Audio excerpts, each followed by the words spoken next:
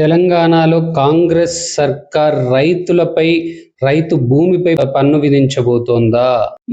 పొంగులేటి శ్రీనివాసరెడ్డి గారు ఏ వేదికపై మాట్లాడారో తెలియదు, ఎక్కడ మాట్లాడారో తెలియదు, కానీ ఒక వీడియో బాగా వైరల్ అవుతున్నటువంటి వీడియో చూసి నేను రెస్పాండ్ అవ్వడం జరుగుతుంది. మీరు కూడా ఈ వీడియో చూడొచ్చు, చూడండి. ఆనాడు రకం కట్టడం అనేది పటేలు పటవారీలు ఉన్నప్పుడు ఆ వ్యవస్థ కొద్ది రోజులు తీసేసిన తర్వాత కూడా రకం కట్టేది ఒక వ్యవస్థ ఉండేది. అదే రకంగా ఈ రకం కట్టడం వలన ఆనాట్లాగా ఎకరానికి 3 డిజిట్లో 100 రూపాయలు 200 రూపాయలు కాకుండా నామినల్ కాస్ట్ పెట్టి ఈ నామినల్ కాస్ట్ రకాల రిసీట్ కనుక ఇచ్చినట్లయితే ఆ భూమికి సంబంధించింది ఒక భద్రత ఆ భూమిలో ఉన్న వాళ్ళకి ఒకటి కలుగుతుంది. దానివల్ల ఈ భూమి 1/17 ఎస్పెషల్లీ 1/17 లేని ప్రాంతాల్లో ప్రాబ్లంలో కొన్ని సాల్వ్ అవుతాయి. 1/17 ప్రాంతాల్లో కూడా ఎస్పెషల్లీ ఇప్పుడు వాళ్ళకి అసలు కొన్ని ప్రాంతాలన్నిటి ఏ ఆధారము లేదు, ఏ కాగితమో లేదు. ఏ కాగితం లేకుండా కారణంగా అసలు ఈ భూమి నాదేనా నాది కాదా అని ఆ భూమి ఆసామి ఉలికి పడి లెగిస్తే తనకు వచ్చే ధర్మ సందేహంలో నిజం కూడా లేకపోలేదు. అటువంటి సంబంధించింది సాల్వ్ చేయడానికి అదొక మనం అఫీషియల్గానే చేయాలి, వెరీ నామినల్ ఛార్జ్తో అనేది ఒక కాన్సెప్ట్. కొన్ని స్టేట్లలో దీని మీద స్పెషల్గా స్టేట్ గవర్నమెంట్ కొన్ని పాలసీలు తీసుకొచ్చాయి. దానికి సంబంధించింది ఇప్పుడు ఇది 2 వెళ్ళి దాన్ని బయటకు రిలీజ్ చేయడం అనేది, దాని ఒక కంక్లూజన్ వచ్చిన తర్వాత ఈ కమిటీ క్షుణ్ణంగా పరిశీలించిన తర్వాత దానికి సంబంధించింది కూడా విచ్ ఈజ్ బెటర్ అసెంబ్లీలో అవసరమైతే దీని మీద చర్చ పెట్టి దాన్ని అడాప్ట్ చేయాలన్నది కూడా వ్యక్తిగతంగా ప్రభుత్వ పక్షాన్ని కూడా నేను చెప్పదలుచుకున్నాను. చూశారు కదా ఈ వీడియో, మీరే చెప్పండి. నేను ఒకటి చెప్పగలను, ఏ సందర్భంలో మాట్లాడారో తెలియదు, కానీ అసెంబ్లీలో మేము చర్చిస్తాము అన్నటువంటి వర్డ్స్ అన్ని విన్న తర్వాత ఎవరికైనా సందేహం రాకుండా మానదు. అయ్యా పొంగులేటి శ్రీనివాసరెడ్డి గారు మరియు ముఖ్యమంత్రి అయినటువంటి రేవంత్ రెడ్డి గారు, మీరు ఇటువంటి భారాలు రైతుల మీద వేసేటువంటి ముందు ఒకసారి ఆలోచించండి. రైతుకి మీరు ఎక్కువ సబ్సిడీలు ఇవ్వాల్సింది పోయి ఇవన్నీ ఇవ్వాల్సింది పోయి ఇక పెనుభారం పెట్టాలనుకొని భావిస్తున్నారనేది చాలా అనాలోచితమైనటువంటి ఆలోచన మాత్రమే అని ఆలోచించుకోండి. ఇది అస్సలు సరికాదు. రైతు వెన్నెముక, అలాంటి రైతు మీద భారం పెట్టడం అనేది అస్సలు ఒప్పుకోదగ్గటువంటి విషయం కాదు. అసలు రైతుల కష్టాలు ఏంటో మీకు తెలుసా? ఒక్క రైతు భూమి పండించాలి, అదే పంట పండించాలంటే ఆ భూమిని సదును చేసుకోవడానికి డబ్బులు ఖర్చు పెట్టుకోవాలి. అంటే ఇప్పుడు ట్రాక్టర్స్ ఇవన్నీ వచ్చాయి. ప్రతి రైతుకు ట్రాక్టర్ ఉండదు, ఒక ట్రాక్టర్ ఉన్నా కానీ డ్రైవర్ కావాలి.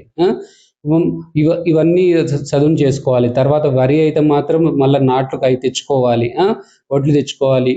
ఒకవేళ ఇతర అయితే సీడ్స్ లాంటివి తెచ్చుకోవాలి. విత్తనాలు తెచ్చుకున్న తర్వాత అవి కరెక్టో కాదో తెలియదు, మొలకేసుకోవాలి. మొలకేసిన తర్వాత మొలకొస్తాయి. మొలకొచ్చిన తర్వాత వాటికి ఎరువులని లేకపోతే తర్వాత పిచికారీలని, వాటి పురుగులు రాకుండా వాటికి రకరకాల మందులు కొనుక్కొచ్చుకోవాలి. అంతా తీరా చేతికి పంటకొచ్చే టైంలో ఈ మధ్యలో కొన్ని సంవత్సరాల నుంచి రైతులు అనుభవిస్తున్న అతిపెద్ద కష్టం ఏంటంటే కోతులు. అవి పూత వచ్చిన తర్వాతనో లేకపోతే అవైన తర్వాత ప్రతి ఒక్కటి పీకి పడేస్తున్నాయి, అవన్నీ రైతు చేసేస్తున్నాయి. అంటే వాటి నుంచి కూడా కాపాడుకొని రైతు మళ్ళీ పంట తెచ్చుకున్నటువంటి సమయంలో తీసుకొని బయటికి తీసుకొచ్చిన తర్వాత కూలీలు దొరకరు. కూలీలు నాట్లు వేసేటప్పుడైనా ఎప్పుడైనా వాళ్ళు కూలీలు దొరికినా కానీ హెవీ డిమాండ్, హెవీ కాస్ట్, సగం ఖర్చు అక్కడే పోయేటువంటి పరిస్థితి రైతుకు వచ్చింది. ఇవన్నీ దాటుకొని బయటకు వచ్చిన తర్వాత అమ్ముదామంటే కొన్ని ఏదో ప్రభుత్వం ఏదో వడ్లేదో కొంచెం ఉంటుంది, తర్వాత ఇప్పుడు ఆ ఇబ్బందులు కూడా మనం చూస్తున్నాం. సరే, ఆ విషయం ఇప్పుడు కాదు.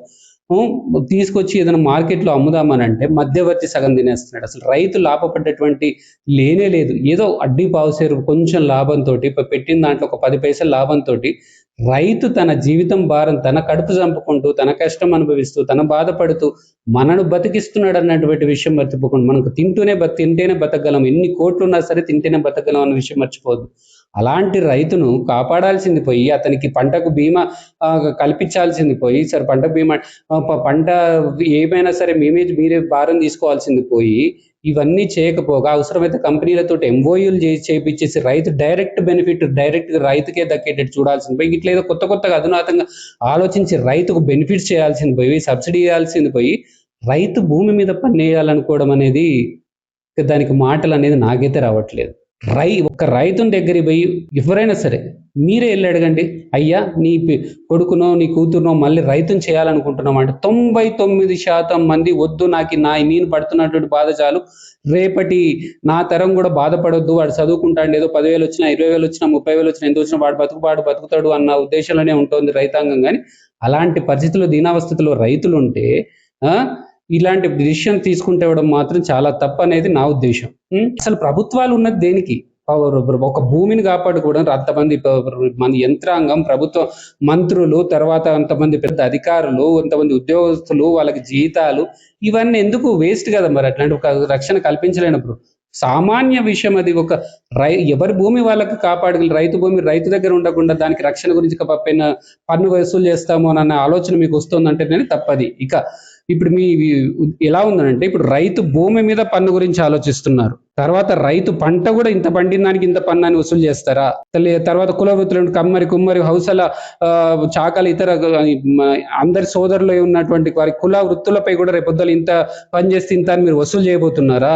అంతెందుకు, చివరికి మనిషి బతుకుండాలి, ఈ ఊర్లో బతుకుండాలి, తెలంగాణలో ఈ ఊర్లో అంటే ఇంత పన్ను ప్రతి సంవత్సరం ఇట్లా కట్టాలి అని అది కూడా ఆలోచించాలని మీరు ఆలోచిస్తున్నారా? వస్తుందేమో ఆలోచన, చెప్పలేము, నేను వస్తాయేమో ఫ్యూచర్ లో. ప్రభుత్వ ఖజానా కాలైతే వేరే సోర్స్ చూడండి. భూములు అమ్మడము, ఇట్లాంటి రైతుల భూముల మీద పన్నులు వేయడం అనేది అది కానే కాదు. వేరే ఆలోచనలు వెతుక్కోండి, వేరే సోర్సెస్ వెతుక్కోండి.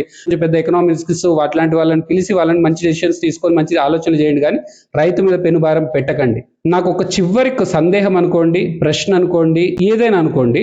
ఒకటి ఏంటంటే, చిన్న మధ్యతరగతి, పేద మధ్యతరగతి కుటుంబాలు తెలిసి కాదు, అసలు తెలియక వాళ్ళు భూములలో కొనుక్కొని పైసా దాచుకొని ఇల్లు కట్టుకొని, లేదా ఇల్లు కొనుక్కొని దానికి రిజిస్ట్రేషన్ చేసుకొని, గుర్తుపెట్టుకోండి, రిజిస్ట్రేషన్ చేసుకొని ట్యాక్స్ పే చేసి, మీరు గవర్నమెంట్ దగ్గర నుంచి వచ్చేటువంటి కరెంటు అప్లై చేసుకొని, కరెంట్ తీసుకొని ప్రతి మంత్ కరెంట్ బిల్లు పే చేస్తూ, వాటర్ బిల్లు పే చేస్తూ, ఇతరత్ర ఏమైనా ఉంటాయి అవన్నీ పే చేసిన తర్వాత కూడా అక్రమ కట్టడం అని చెప్పేసి మీరు వచ్చి మీ హైడ్రా వచ్చి కూల్చేసిందే.